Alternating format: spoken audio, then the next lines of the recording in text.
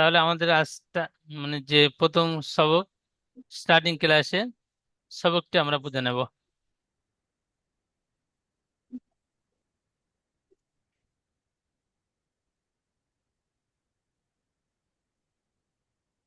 সবাই মিউট অবস্থা আমার সাথে পড়বেন।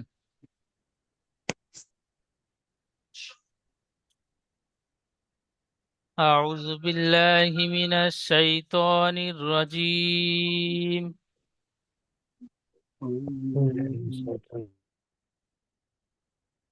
بسم الله الرحمن الرحيم. رب يسر ولا تعسر. সবাই আমার সাথে পড়েন। وتمم بالخير وبك نستعين وبك نستعين. يا فتاح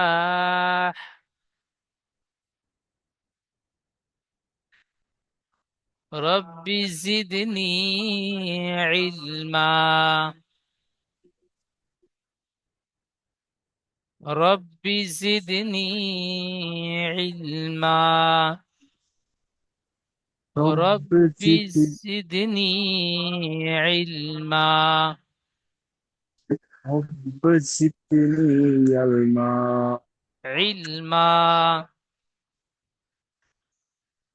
তারপর দেখেন সবক নাম্বার 1, পৃথক পৃথক অক্ষর। সবক নাম্বার 1, পৃথক পৃথক অক্ষর মানে আলাদা আলাদা অক্ষর।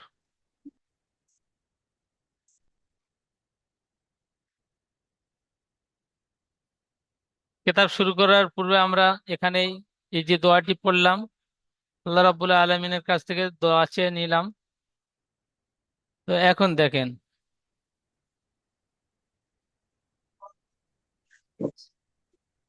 আলিফ। আলিফ ألف. মিউট খুলবেন না, জি মিউট খুলবেন না, সবাই মিউট অবস্থায় পড়েন। আলিফের নিচে দেখেন একটি গুণের চিহ্ন আছে। এই গুণের চিহ্নের উদ্দেশ্য হলো যে আলিফ অক্ষরটি পড়বেন একটুও টান না দিয়ে, বিনা টানে পড়বেন, জলদি পড়বেন। আলিফ আলিফ বলে টান দেব না। ভাই একটু বড়, হুজুর আলিফ। একটু বড় করে দেখান।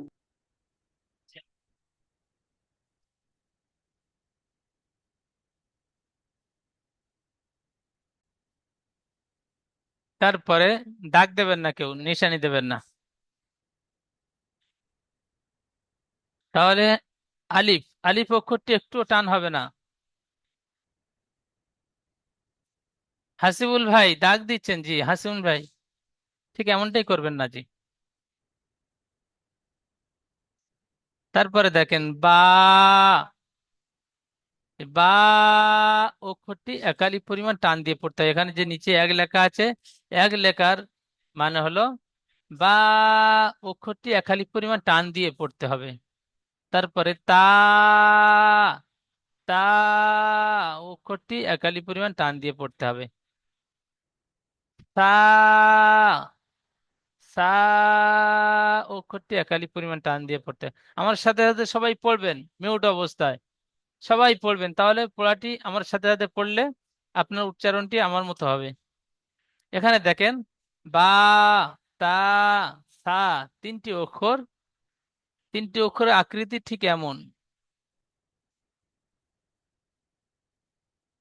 তিনটি অক্ষর একই রকম আকৃতি, কিন্তু অক্ষর তিনটি অক্ষর তিন রকম পড়লাম। এখানে প্রথম পড়লাম বা, নিচে দেখেন একটি কালো ফোঁটা আছে। এই কালো ফোঁটাকে বলা হয় নোক্তা। নোক্তাটি আমরা সবাই মুখস্থ করে নেবো, নোক্তা। কালো ফোঁটাটিকে বলা হয় নোক্তা। নিচে একটি নোক্তা দিয়ে দিলাম, তো বা হয়ে গেল। নিচে একটি নোক্তা আমি মুছে দিলাম, ওই নিচে না দিয়ে উপরে দিলাম, তো তা হয়ে গেল। দেখেন তা, ওই দুটি নোক্তার জায়গায় আমি তিনটি নোক্তা দিলাম। তা, তাহলে অক্ষরের আকৃতি, তিনটি অক্ষর একই রকম আকৃতি, শুধু এই নোক্তার কারণে প্রথমে বা পড়লাম, তারপরে তা, তারপরে সা। তাহলে এই অক্ষরটি বুঝে নিলাম। তারপরে দেখেন জিম। জিম অক্ষরটি 3 আলি পরিমাণ টান দিয়ে পড়তে হবে। হা। হা অক্ষরটি 1 আলি পরিমাণ টান দিয়ে পড়বেন। ক। ক অক্ষরটি 1 আলি পরিমাণ টান দিয়ে পড়বেন। এখানে দেখেন জিম, হা, ক, তিনটি অক্ষরের আকৃতি ঠিক এরকম, এমনটাই অক্ষর আকৃতি, তিনটি অক্ষরের একই রকম আকৃতি। তো উচ্চারণ করলাম কিন্তু আলাদা আলাদা। প্রথমে পড়লাম জিম, দেখেন নিচে একটি নোক্তা এসেছে, পেটে বলবেন না, নিচে বলবেন। জিম, নিচের যে নোক্তাটি আমি কেটে দিলাম, অক্ষরটি হা হয়ে গেল, এখানে নোক্তা নেই। হা। তারপরে দেখেন খ, উপরে একটি নোক্তা দিলাম, খ হয়ে গেল। তাহলে জিম, হা, খ, বুঝতে পারলেন? তারপরে দেখেন দাল, জাল, জাল এবং দাল, দুইটি অক্ষর 3 আলিফ করে টান দিয়ে পড়তে হয়। তো প্রথমে আছে দাল। দাল এবং জালের দুইটি অক্ষরের আকৃতি ঠিক এমন। তো নোক্তা নেই দাল, আর একটি নোক্তা উপরে আছে জাল। এই দুইটি অক্ষর বুঝে নিলাম। তারপরে দেখেন র, জা, র 1 আলিফ টান দিয়ে পড়তে হয়, যা ও 1 আলিফ পরিমাণ টান দিয়ে পড়তে হয়। তো র এবং যা দুইটি অক্ষরের আকৃতি ঠিক এমনটাই। তো এখানে নোক্তা নেই র, আর একটি নোক্তা উপরে দিলে যা।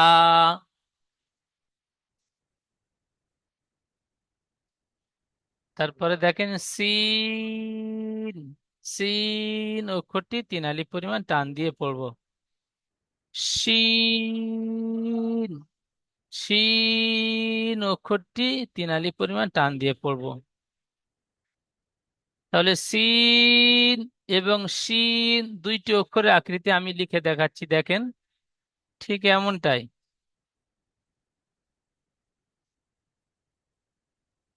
এখানে নোক্তা নেই সিন, আর উপরে তিনটি নোক্তা দিয়ে দিলাম শিন। তারপরে দেখেন সদ। সদ অক্ষরটি 3 আলিফ পরিমাণ টান দিয়ে পড়তে হয়। তারপরে জদ। জদ অক্ষরটিও 3 আলিফ পরিমাণ টান দিয়ে পড়বো। এই সদ এবং জদ দুইটি অক্ষরের আকৃতি ঠিক এমন।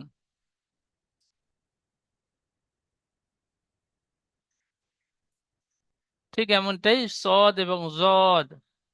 তো সদ কোনো নোক্তা নেই, জদ এর উপরে একটি নোক্তা আছে, একটি নোক্তা দিয়ে দিলাম, জদ হয়ে গেল।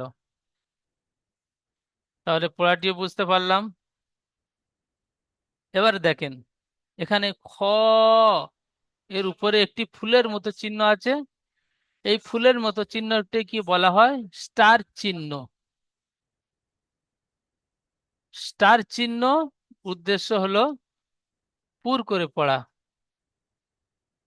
অক্ষরটি পড়তে গেলে মুখ গোল করে পড়তে হবে। বাংলা ভাষায় বলা হয় মুখ গোল, আরবি ভাষায় বলা হয় পুর। তাহলে এই খ অক্ষরটি ঠিক এমন উচ্চারণ করতে গেলে ঠোঁট দুটি গোল আকৃতি হবে, একে বলা হয় পুর। খ। অন্য অক্ষর দেখেন, যেমন এর আগে আছে হা। হা অক্ষরটি উচ্চারণ করতে গেলে ঠোঁট দুটি গোল আকৃতি হবে না, হা। আর এই স্টার চিহ্নওয়ালা অক্ষরটি উচ্চারণ করতে গেলে মুখ গোল করে পড়তে হবে, পুর করে পড়তে হবে। ক। তারপরে নিচে দেখেন আরো দুইটি অক্ষর আছে, সদ।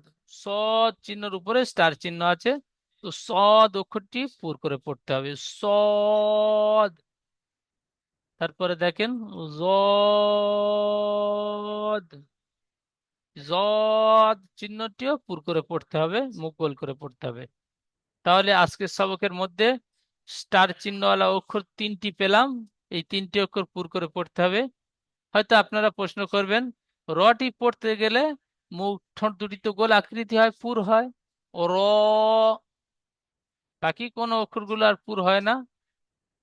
তো র অক্ষরটি এখন বুঝতে পারবেন না, কয়েকটি সবক সামনে গেলে হারাঘাতের পড়া আসলে তখন বুঝতে পারবেন। এই রর উপরে জাবার অথবা পেশ হলে র পুর হয়, জের হলে বারিক হয়। মানে হলো এই র অক্ষরটি কখনো পুর হতে পারে, কখনো বারিক হতে পারে, সেই জন্য করে রর উপরে স্টার চিহ্ন দেয়া হয়নি, মোস্তানিম রহমতুল্লাহ আলাই রব্বুল আলামিন দেয়নি। তো তাহলে সম্পূর্ণ পড়াটি